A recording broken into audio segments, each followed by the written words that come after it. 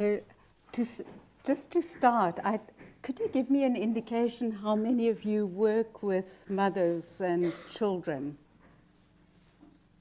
Okay, so we have, I'm talking to an audience who's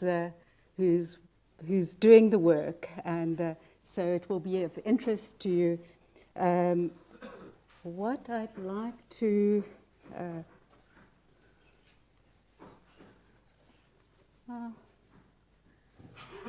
I think I need some help.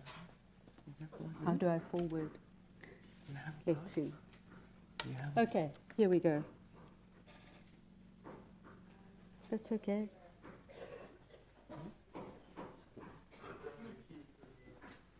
The stick is here. Ah, it's in that one. That's okay, I can manually do it. You'll get it. Okay, that's great. It takes 3 professors to fix this.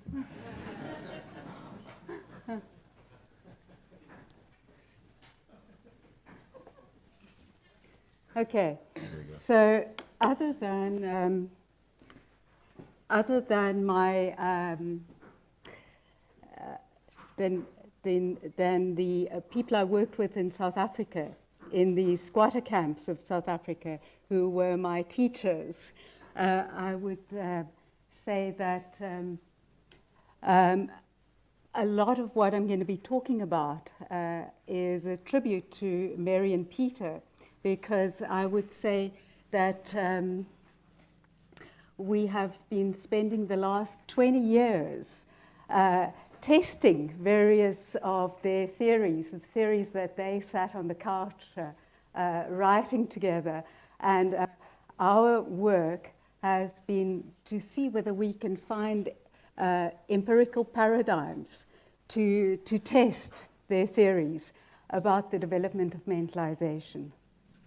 So with this little motley crew, these are my partners in crime in Quebec, my colleague Lena Normandin, and some of our students who have contributed to the work that I'll be presenting today. So our work is clinical research. We learn from patients, and we learn from them and try and help them and do research in the process. So we've been working with sort of really rolling out the red carpet from where Daniel, continuing to roll out that carpet of reflective function and infant attachment with both abused and non-abused samples, and working with sexually abused children to see how their mentalization develops, and looking at their play and the development of reflective function over time, as well as how children feel about their embodied selves, how that relates to reflective function, and how they feel about themselves when they look at themselves in the mirror. And how maternal reflective function is related to child reflective function. So we also want to see whether mothers who talk the talk can also walk the walk.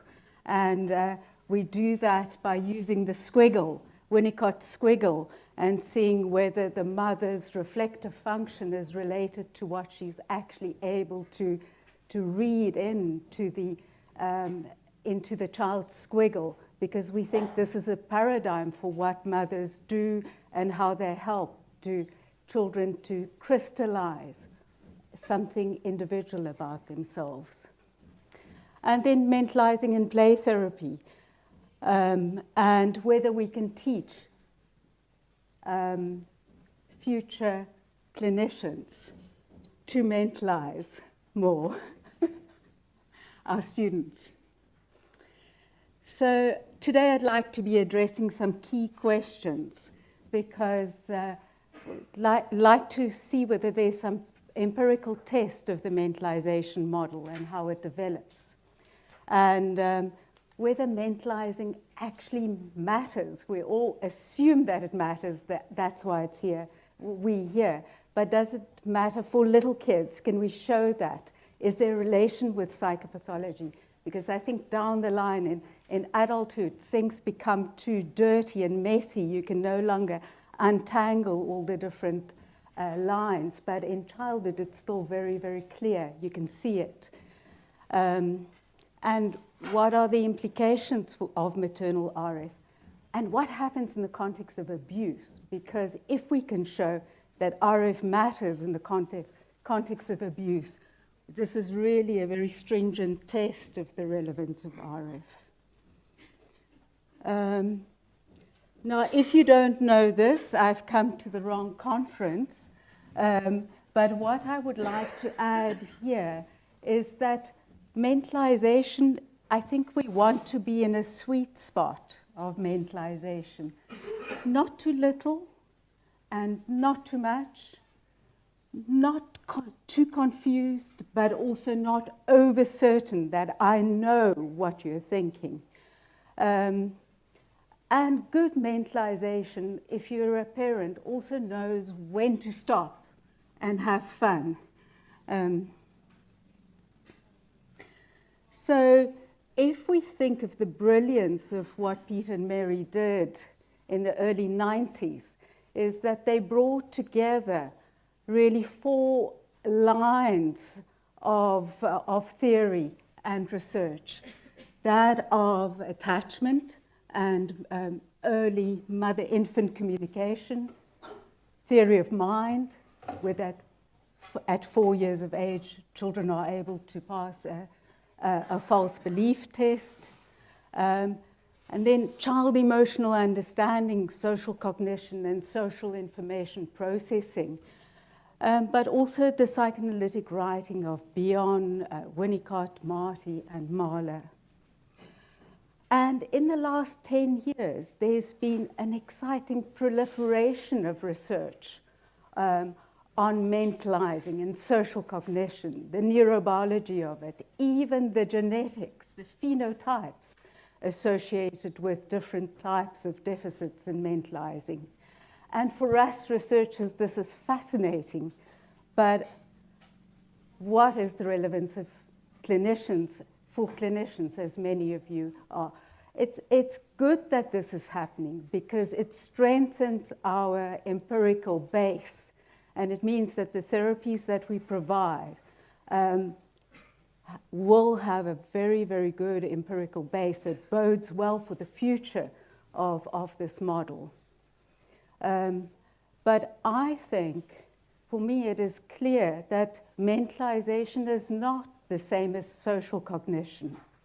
It's a type of social cognition that is more nuanced. It's social cognition pushed to its limits because it's really in the context of the family, in close relationships with partners, but especially when we take care of young children, infants and young children. It's there where the rubber hits the road. This is where it really has an impact. There can be no better empirical paradigm than putting a baby in the equation and seeing whether parents are able to maintain their mentalization.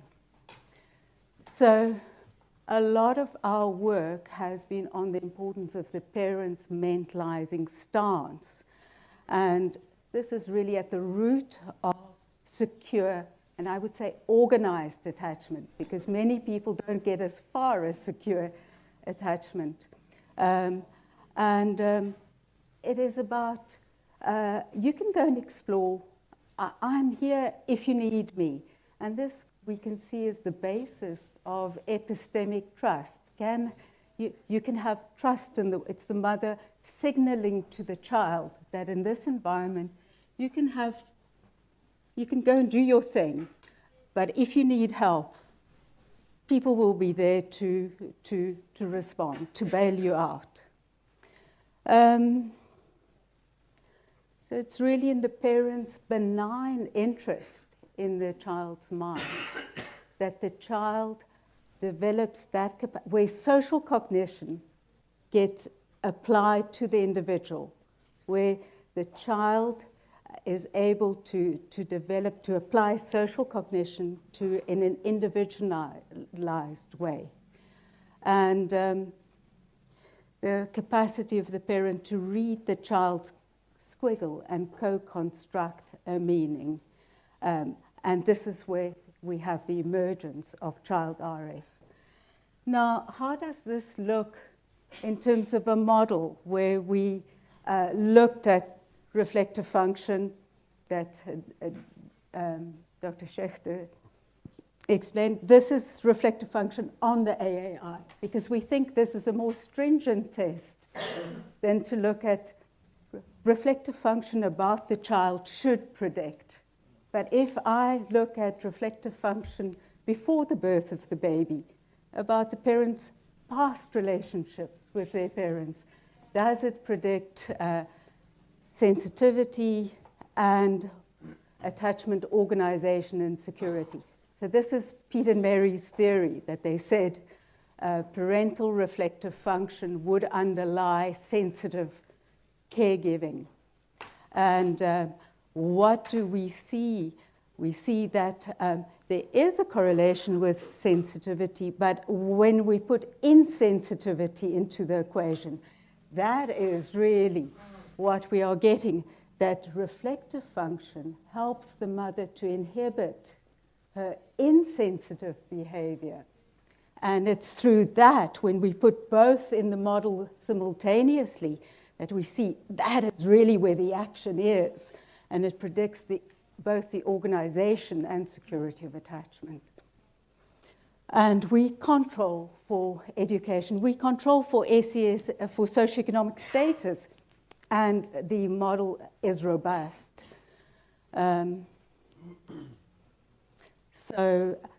the little boys, we controlled for the sex of the child, because little boys are more at risk of being disorganized than little girls. They're more challenging for moms.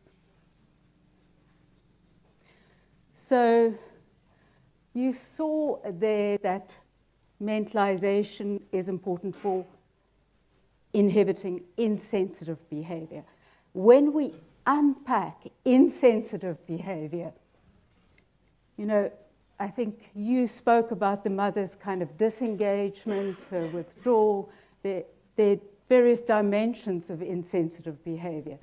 But this is the part, it's the modulation of aggression that is really where reflective function is very important. This is what it helps the mother to do. Just as we thought it would, but it's just about too good to be true when you actually see it in your data.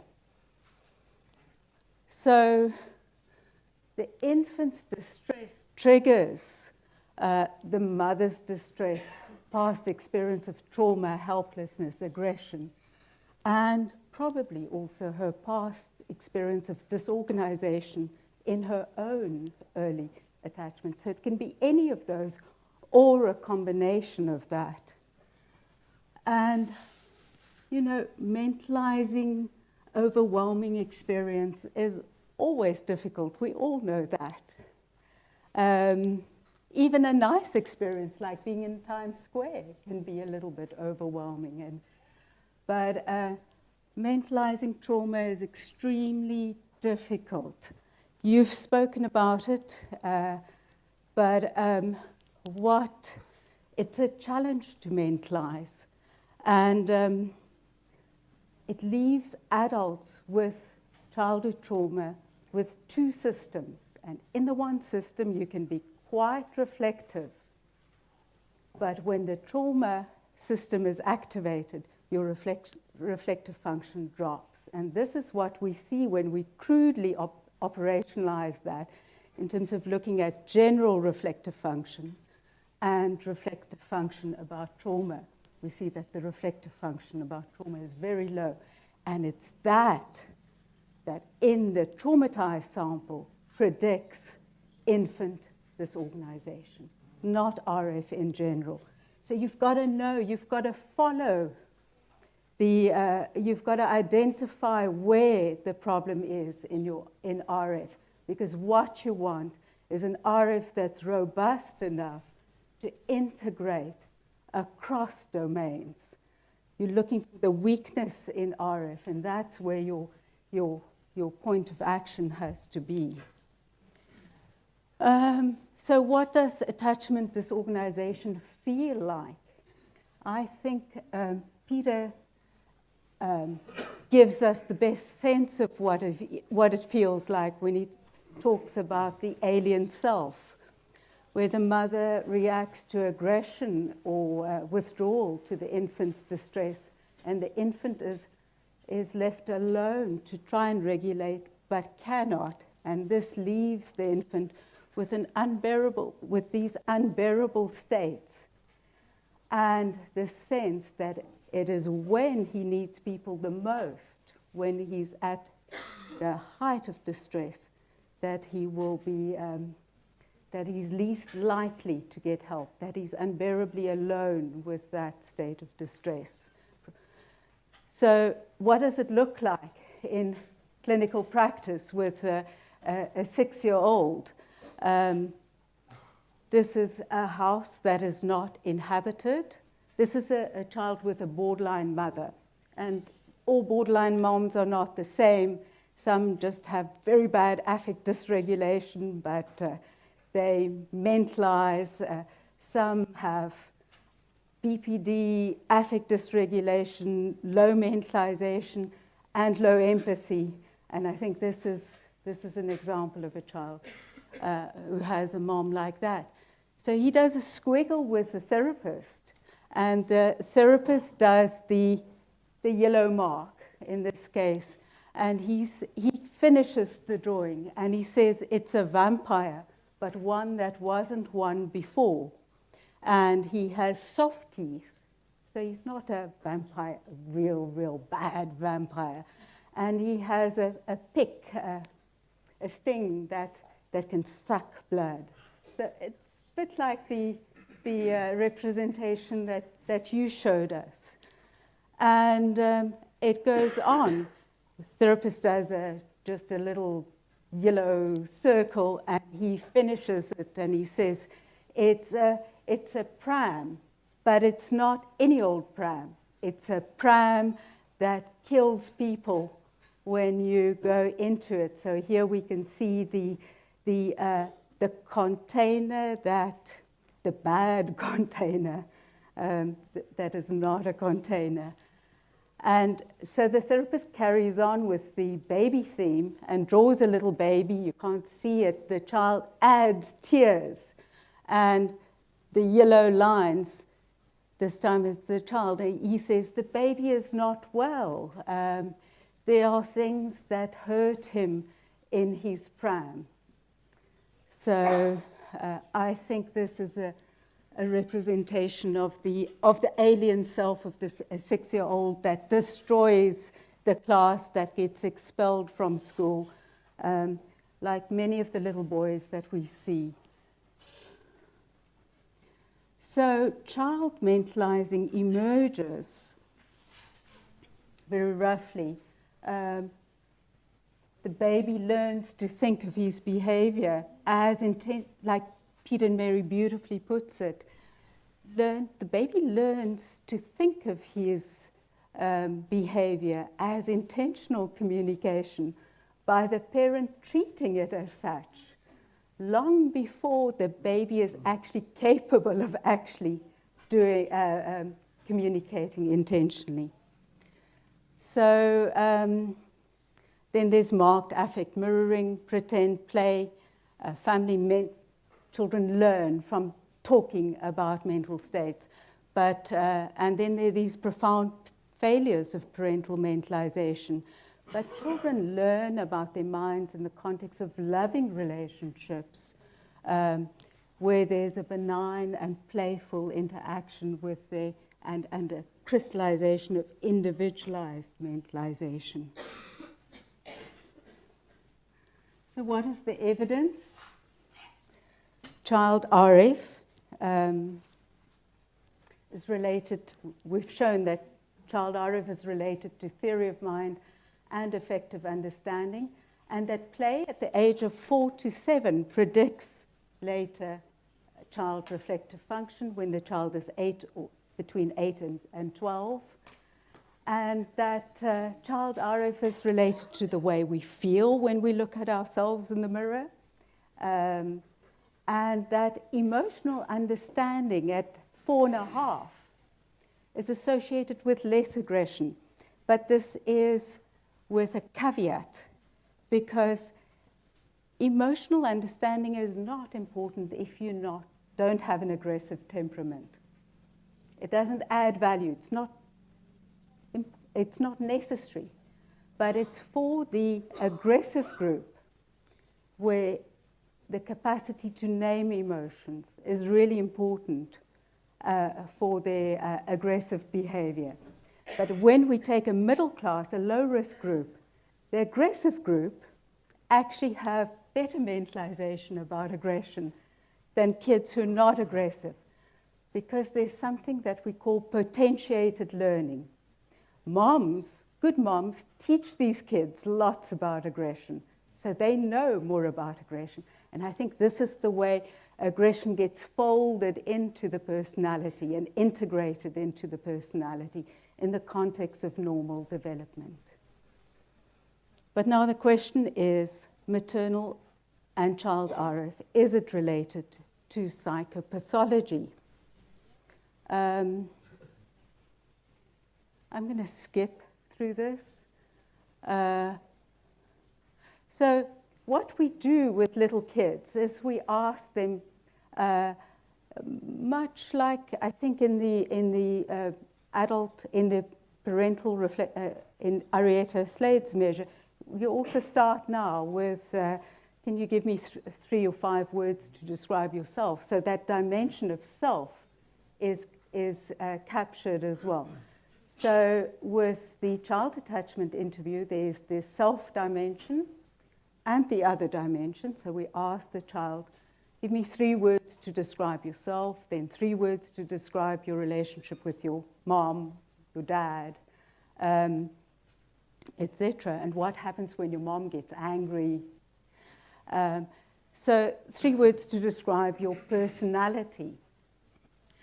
At age 4, we have only the capacity to describe ourselves in terms of physical characteristics, of blonde hair, blue eyes. And then between the ages of 5, 6, and 7, children tend to describe their likes and dislikes, but it's still very difficult to describe personal characteristics. And they need lots of help when they're dysregulated to start mentalizing again. And so they might say, I like playing with friends, I love dogs, I like to help. But suddenly, at the age of 8 or 9, suddenly emerges by magic, kind of magic, this capacity to say who I am and to understand relationships in mental state. So if you think about it, up through development, you're experiencing yourself. There's this sea of experience, of self-experiences. And as Panksepp says, there's only a tiny part of the self, the tip of the iceberg, that's actually conscious about self.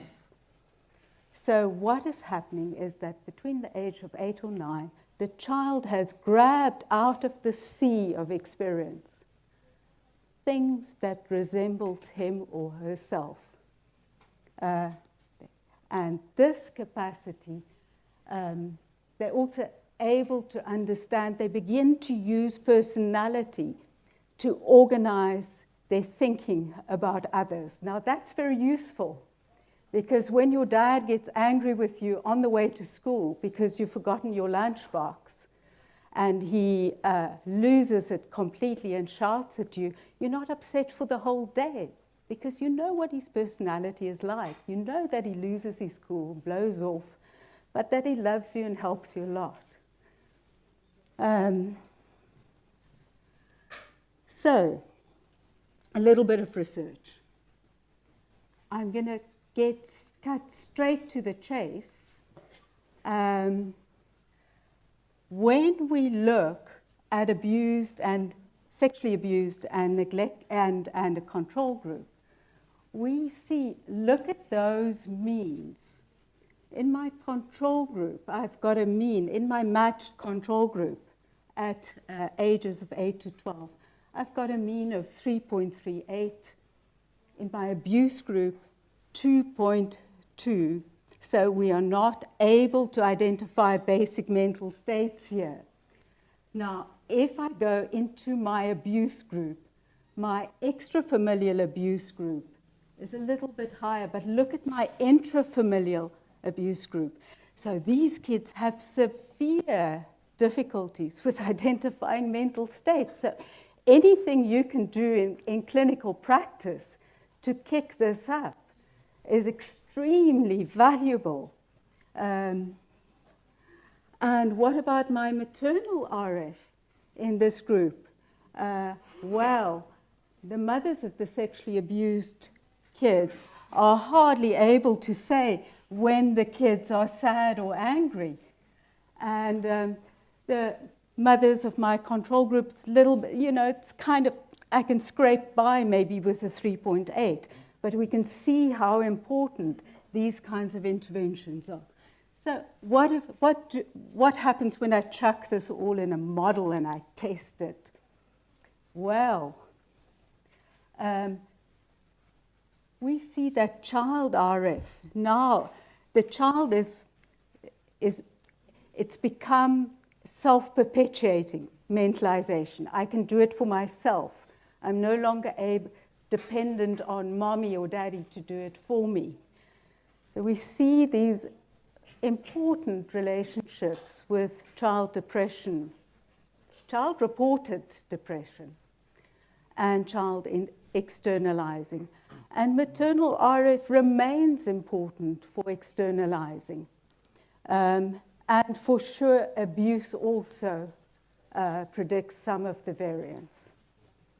Interesting, if I extend my age group, take out child reflective function, now I'm working with my younger children, it's only maternal RF that predicts internalizing and externalizing. When you put it in a model with abuse, abuse doesn't predict because you have this this moderation effect where for the abuse group, maternal RF is a very important protective factor against the development of internalizing symptoms. So, mentalizing is an inner resource. And to know what I feel and why and who I am protects me when I experience trauma, because I can become dysregulated, but I know who I am. I know I'm not going to, I have other things as well in me.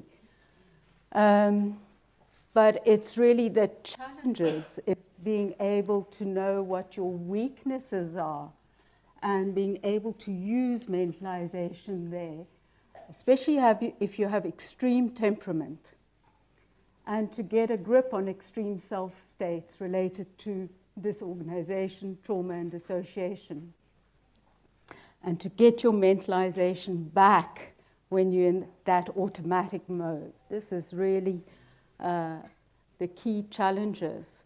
So I think in terms of future directions and challenges, we need to improve our work with mothers and children with extreme temperaments. I think there's still a lot of creative things we can do to work. I think we work relatively well with explicit mentalizing because that's what we do as therapists. But I think we could improve our work with implicit mentalizing, probably through creative computer paradigms that people practice things and see whether they see the angry face when it really becomes angry or are seeing an angry face when it's still neutral. This is, I think, could contribute value for patients. And I think that we need to improve targeting of mentalization about temperament, trauma, etc. But more than anything else, I'd like to encourage people to use mentalizing interventions with little kids, because I think there's a gap in our provision, because people will work in a mentalization-based model from, say, they will say, I'm able to work with children from 6 up. But the little ones from 2.5, 3 can benefit from it equally much, but we're not used to working with children that small. So that's in a nutshell what I wanted to share with you through the results of this research program and journey. Thank you.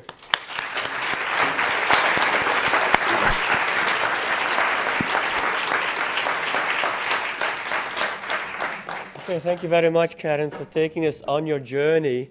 We still have time for questions, so please feel free. There's one. Hi, Karen. Thanks for your talk. I was wondering, when you're measuring child reflective functioning, is that child mentalization? Is that mainly self-reflection of the self, or do you include the other as well? We include both. So it's exactly like the adult attachment interview, but it's adapted for children.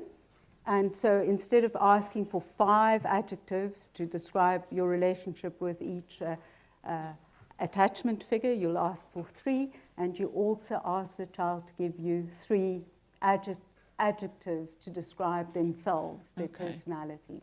And you didn't, it sounds like you didn't look at the sort of those 2 things as different factors. Do you say? I mean, sort of self-mentalizing and other mentalizing.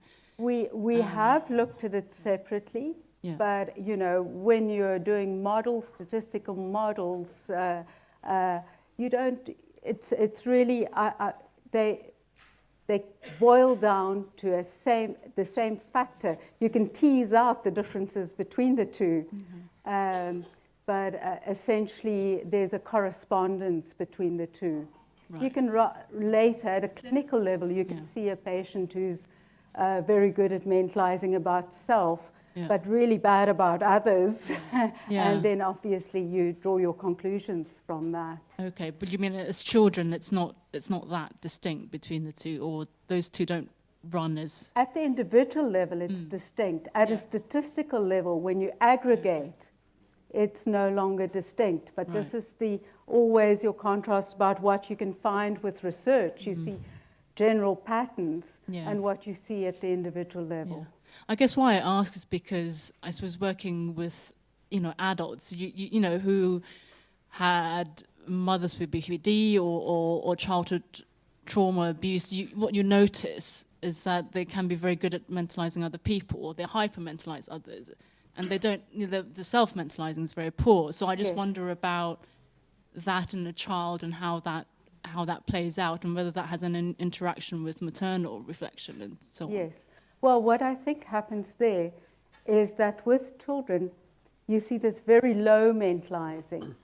When as you mature, you pick up mentalizing socially, that you apply, you en français on dit c'est plaqué, you kind of stick it on to your understanding of others. But often it's about yourself that it's much more shaky, and you see these, but they can even stick it on to themselves, some patients. And as you say, you get this hypermentalizing feeling, but you can see dimensions where there's suddenly the mentalization disappears. And that is really a warning sign if you think about what's happening, because you want mentalization to be robust and to be in. I think if I may link this is what Sandra, why it's probably so effective to use video feedback, because then you're forced to look to yourself from the outside. So you're mentalizing about another that is yourself, which is awfully helpful in terms of scaffolding your capacity to reflect on yourself. I mean, this is something that you didn't talk about training mentalizing in therapists, but therapists are often very good at mentalizing about others, but not about themselves. And I won't go into the mess that my own life is, but this is typical. We had 2 questions. Who was first? Sorry. It's a somewhat naive question. You probably knows a bit about the work of Françoise Dolto, who was a French psychoanalyst and who thought that it was very important to address children like not quite little adults, but like full-fledged person. And I mean by that even infant. And like talking to them and expressing things that had to do with, you know, complex, somewhat social psychological concept. Do you think that, you know, some version of that as may have a virtue of fostering implicit reflective functioning? That an attitude of a parent with an infant that would kind of use this type of communication, as Françoise Dolto used to do with the infant when they were patients, like talking to them with much more sophisticated vocabulary than they can understand, about referring to things that they may not be understand now, but that the question is, would that sediment and maybe prepare the ground for a better reflective functioning later on? It's a very naive question. Well, yes, I understand. My colleagues in Quebec are experts, and they tell me that there are some you know, there's some overlap. Yes, convergence, but I can't. But I'll tell you that I think some of the mothers have read his work or her work. Is it man or woman? Oh, a woman. Some of the mothers have read her work because they do talk to the children as if they're older than what they actually are. And that can be appropriate and inappropriate because you have to see that there's a little person in there, and that little person is often much more sophisticated than we give them credit for. And but at the same time, it could be kind of hypermentalizing if you respond with a kind of a horribly intellectual explanation to a child when all they want is a cuddle and a hug. Yeah. It's actually in Mean's system, maternal mind-mindedness, she distinguishes between appropriate mind-related comments and non-attuned, inappropriate mind-related comments that caregivers may make in interacting with their infants, which gets us into the same, very similar discussion. So talking to a child as if it were an adult can be very attuned, but also can be very inappropriate. In Is it difficult? Okay. Oh, yeah, sure. Dan, please. I just wanted to underline the importance of what you said about the fact that reflective functioning in the parent can help inhibit aggressive behavior. We see that also. It seems to be both. It allows the parent to approach a child that would otherwise be avoided, and it allows the parent to, as you say, inhibit aggression. I'm curious about the sample. Who were those mothers, and how did you measure the? How did you find that? How did you measure the insensitive behavior? Yeah. Okay. Just briefly, the model that I showed you there is our normal sample. The 30% of that sample was experience abuse, but relative to our other sample, we all had experienced a lot of extreme neglect and abuse. This was a relatively normal sample, but and we used Out, Van Eisendoorn and Bakerman-Kranensberg DIP. So they integrate Herman Hesse and Main's disorganized behavior, fear-inducing, as well as the ambiance of Leon's Ruth. So and you don't have to pay hundreds of thousands of dollars to go and do the training, because I'm a South African. I worked in squatter camps and I'm cheap, you know. I do research on a shoestring budget. So we use this and it works beautifully, you know. Okay. Still other questions, please? There's one.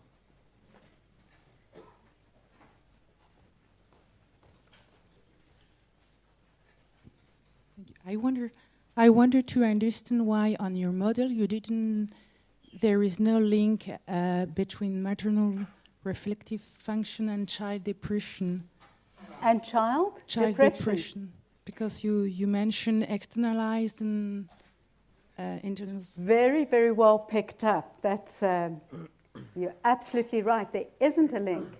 It's child reflective function that now, that's where the rubber hits the road. From this age on, I'm an independent system, and it's me and my capacity, what I've learned from my mom, but now I can maybe get a bit of help elsewhere, and it's me who regulates my emotion, and it's that capacity that will now determine whether I get, that will contribute to whether I get depressed or not. My mother's RF, I think, predominantly still has an impact on externalizing, because low RF mothers upregulate the child by provoking them so much when they're in a state of distress and aggression. You see the mother kind of getting her hands dirty and dysregulating the child further. Thank you. Still have time for one question.